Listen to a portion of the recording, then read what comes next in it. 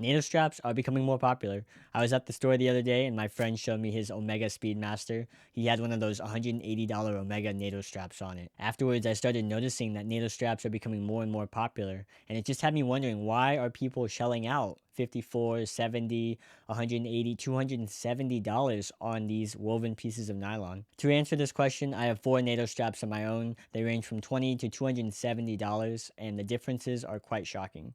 Of course, I'm going to give you some examples of NATO straps you can pair with your watch, and at the end, I want to share with you a story of how a NATO strap actually saved me from breaking my watch. If you're new here, my name is Keanu Carey. I really like wristwatches, and this channel is kind of a creative outlet for me to talk about them. I like to document my collecting journey, and if that's something that interests you, then consider subscribing. In this video, I have my first unpaid channel sponsor. Artem sent me this nylon strap to feature in the video.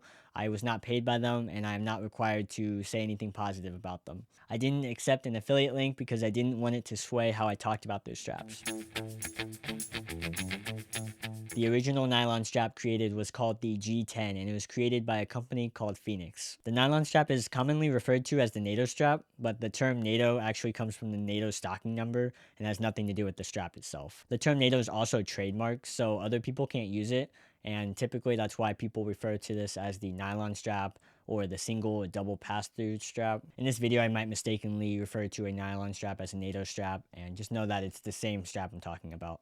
So what was the original purpose of the nylon strap, and how does it differ from how we use it today? The original NATO strap was created in 1973 to meet the British Ministry of Defense needs for a strong strap for their army. The nylon material was chosen because it was incredibly effective and cheap, and unlike bracelets and leather straps, the nylon passed through both spring bars. The purpose of this was to keep watches secure on the wrist of army men during combat. They needed it to be cheap and easy to replace in case it ever got damaged in combat. Just because they were cheap to produce doesn't mean that they weren't effective. The tightly woven nylon was incredibly durable and also waterproof. Only after heavy use would the straps begin to fray, but of course because they were so cheap, the army had no issue getting more of them. But how are NATO straps still so popular, especially among people who have never seen a war zone? NATO straps are used to accessorize without giving up the tough and resistant nature that they were made for. In fact, we've been able to produce tighter woven nylon straps, which makes them tougher. I also want to highlight how we enjoy watches for the symbolism. It's a piece of technology that tells the time the same way it did many years ago.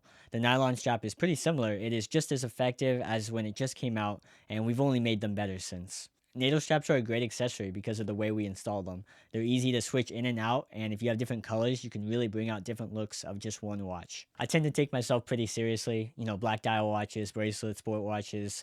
I wear black and gray a lot, but the nylon strap seems to be the antidote to that because I can now wear different colors and be a little bit more bold with my expression. If you like easy styling though, start with a black or gray NATO strap. Maybe even do a black and gray NATO strap. And when you're ready, add a color like the No Time to Die beige. Bonus points if the extra color matches the color on the dial, like the Fotina on this Omega. Then from there, you can really take off with it. Here are some funky color combos I like. I really like it when watches match the red stripe on a NATO strap with the red dial text. If you're like me, maybe there are some days where you're feeling more bold and you want to wear like a brighter color, but then some days you're just not feeling it, and it's nice with the NATO strap where you can easily switch to a more neutral color. It also works great if you have to work in a more professional environment where black's more acceptable, but then maybe when you go out for dinner, you want to wear a more fun, colorful strap and maybe change it up a bit. So far, I've been able to try out 4 different NATO straps ranging from $20 to $270.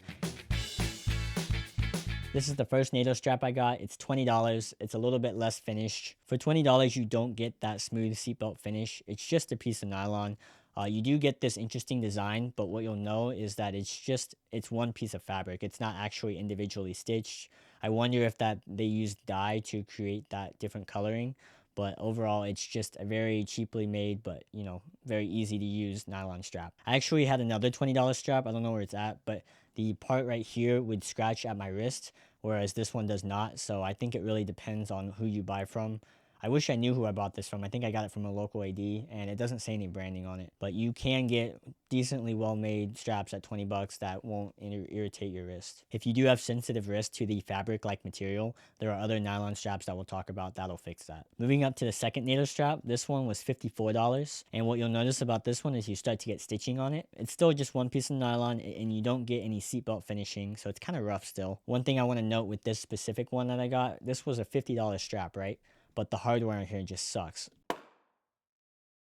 This part is called the tang, and because it's not very well made, it causes the watch to fall off my wrist. I literally cannot wear this strap anymore. I do have plans to replace the tang and the buckle on it, but it's kind of sad that this is how it came. We're gonna skip to the $270 NATO strap. I don't have this one anymore. I sold it, but it came on my Omega Railmaster. I will say that this one was incredibly soft. It was very nice and well made. It also came with plenty of holes for sizing. I have a pretty small wrist, and I was still able to get it to fit really well. All the extra leather tucked back real nicely, and it was a really nicely made strap. But the problem with the $270 Omega strap was the leather kind of got stained. So I think it was from sun damage and sweat damage, but the coloring was very inconsistent, and it wasn't like a pretty patina either. It was like a direct fading of the leather. And also because it was that nice leather, you couldn't really wash it like a traditional NATO strap. And the last thing I'll say about the leather one was because I kept switching it between my different watches, the leather was getting torn up a lot more. With any of my nylon NATO straps, I haven't had that issue, and so it was kind of frustrating to see that on a $270 strap. Ultimately, I did sell the watch, and the strap was a part of the reason why I sold it. I didn't like how the leather NATO was more susceptible to wear, and I didn't like that because the nylon strap, the NATO strap, is supposed to be a rugged, resistant strap. You know, that's kind of what it was meant for. So it kind of went against the ethos, and it was more of just for the looks of it. But that leads us to number 4. The strap I'm wearing right now is the Artem Summer Blue nylon strap. I think it looks really good. I've been wearing it this whole video. Unlike the cheaper nylon straps, the Artem nylon comes with a seatbelt finish, and it's really soft and it's very smooth, and it kind of gives it a little sheen in the light. The pattern is identical to the $20 strap, but you can tell how with the $20 strap, the pattern is just, it almost looks like it's dyed on there. But with the Artem strap, you can clearly tell that each level of the design is a different piece of stitching with different color. There's even a little bit of extra stitching on the side that isn't present on the other $20 NATO. From the short amount of time I got to handle the Omega nylon strap, I noticed that the weave was a little bit tighter on that one, but at less than half the price, I don't expect the Artem to be at the level Omega's at. The hardware is very acceptable on the nylon strap. It says Artem on one of the keepers, and it has the Artem logo on the buckle, and this buckle is very well made. You know, it's not coming apart like the other buckle was. It's very clear that there's a lot more that goes on in this level of strap than in the budget tier. I think we can all agree that watch enthusiasts are very detailed oriented. It's just the nature of someone who's willing to stare at a decorative movement that is less than the size of a quarter. If you are detailed oriented, you'll find that these Artem nylon straps are better than a $20 nylon strap. But if you're not detail oriented, you may not understand why these two pieces of nylon can vary so wildly in price. To me, it makes a lot of sense why people are turning to more expensive NATO straps, whether that be Omega, Artem, or any other brand out there. The nylon strap itself has a ton of pros. They're very comfortable, they're easy to swap out. They have infinite adjustment for the wrist, so let's say you have a really small wrist, but then you want to share your watch with someone with a bigger wrist. You're not like adjusting a bracelet. You're not trying to put a different strap on it. You're going to be able to fit it no matter what wrist size you are. And of course, having that double layer of protection where it goes through both spring bars is incredibly helpful. And I'm going to tell you the story of how it saved my watch from breaking. So I had one of those new Seiko 5 sports models, the 5KX as they call them, and I had put a NATO strap on it. My girlfriend had really liked the NATO strap, and she was like, hey, can I try it on? Let me wear it.